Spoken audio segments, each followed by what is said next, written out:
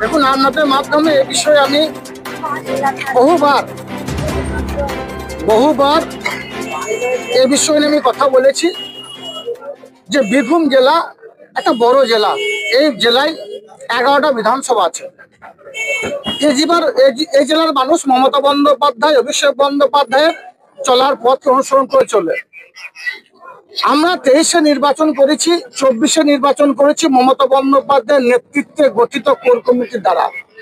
এবং আমরা বছরে মাসে 2বার কমসে কম আমরা কোর কমিটি মিটিং বসতাম, আলোচনা করতাম। আলোচনা সাপেক্ষে এই বীরভূম জেলার মানুষ দুহাত ভরে মমতা বন্দ্যোপাধ্যায়, অভিষেক বন্দ্যোপাধ্যায় প্রার্থীদের আশীর্বাদ করেছে। 3স্তর গ্রাম পঞ্চায়েত নির্বাচনে বিপুল ভোটে জয়যুক্ত হয়েছি এবং লোকসভা নির্বাচনে বিপুল ভোটে জয়যুক্ত হয়েছে। বিগত যে নির্বাচনগুলো হয়েছে সেই নির্বাচনগুলোকে আমরা ছাপিয়ে গেছি।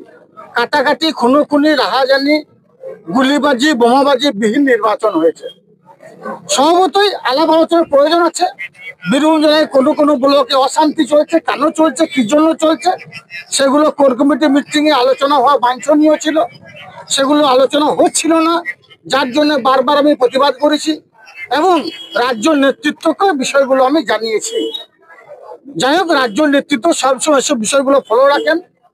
সেই হিসাবে আমাদের মাননীয় মুখ্যমন্ত্রী মাননীয় মমতা বন্দ্যোপাধ্যায়, বাংলার বাগিনী, বাংলার মা, এবং আমাদের দলের সেনাপতি অভিষেক বন্দ্যোপাধ্যায় তাদের যৌথ আলোচনা সাপেক্ষে এবং রাজ্য নেতৃত্বের সঙ্গে নিয়ে সারা বাংলার যে জেলাগুলি আছে প্রত্যেকটি জেলায় কে সভাপতি, কে প্রেসিডেন্ট, কোন জেলা কিভাবে পরিচালিত হবে, কারা পরিচালিত করবে, সেটা আগামীকাল ঠিক হয়েছে, আমরা দেখেছেন।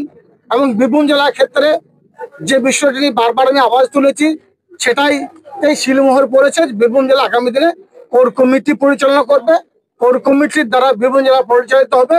এবং দিনের শেষে আপনাদেরকে আজকে জানিয়ে যেতে চাইছি এটাই যে রাজ্যের মাননীয় মুখ্যমন্ত্রী মাননীয় মমতা বন্দ্যোপাধ্যায় এবং আমাদের সেনাপতি অভিষেক বন্দ্যোপাধ্যায় যেহেতু কোর কমিটির প্রতি আস্থা রেখেছেন, কোর কমিটির একজন যোগ্য সদস্য হিসাবে আমি আপনাদের মাধ্যমে কথা দিয়ে যাচ্ছি, কথাটা মিলিয়ে নেবেন। 2026-এ যে নির্বাচন হবে, বীরভূম জেলার যে 11টা বিধানসভা আছে, 11টা বিধানসভাতে তৃণমূলের জোড়া ফুল ফুটবে।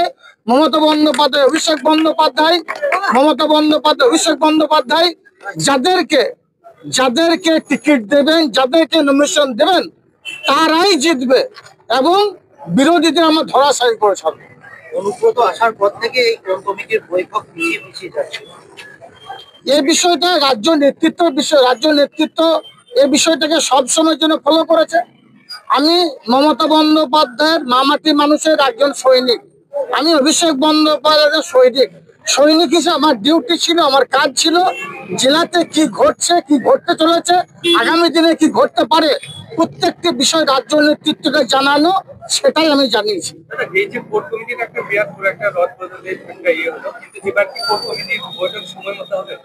সময় মতো হবে, অবশ্যই হওয়ার প্রয়োজন আছে, নাহলে কাজল শেখ যেমন আওয়াজ তুলেছিল আবার আওয়াজ তুলবে।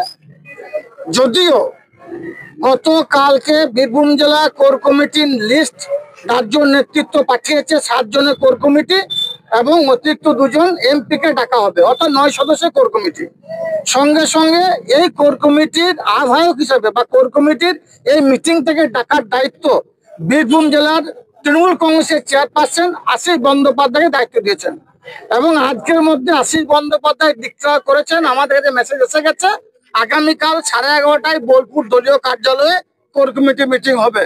এবং আজকে আমাদেরকে বলে দিচ্ছি, কালকে মিটিং এ আমি আওয়াজ তুলবো প্রত্যেক মাসে অন্তত পক্ষে 2বার করে যেন কোর কমিটি মিটিং হয় এবং কোর কমিটি মিটিং এ আলোচনা হওয়ার পরেই যেন বীরভূম জেলার দলীয় কর্মসূচিগুলো হয়, সেটা আমি কোর কমিটির সদস্যদের কাছে আমি আবেদন রাখবো, যেটা বিগত দিনে হয়েছে।